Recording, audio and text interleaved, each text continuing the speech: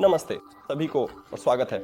इस वीडियो में मैं आपको दिखाऊंगा कि अपने मैक मिनी पर संपर्कों को कैसे कॉपी करें।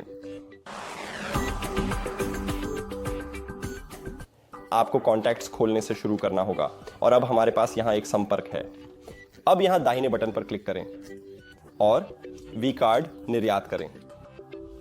अब इसका नाम दें और फिर आपको टैग भी जोड़ना चाहिए। मुझे इसकी जरूरत नहीं है लेकिन आप इसे कर सकते हैं। अब एमएन स्थान चुनें जहां आप इसे सहेजना चाहते हैं और उसके बाद सेव पर क्लिक करें।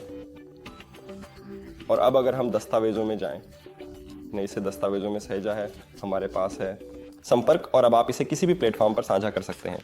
इतना ही। इस वीडियो को देखने के लिए धन्यवाद। अगर आपको यह मददगार लगा तो चैनल सब्सक्राइब करें और लाइक करें, यह हमारे लिए अहम है। फिर मिलते हैं।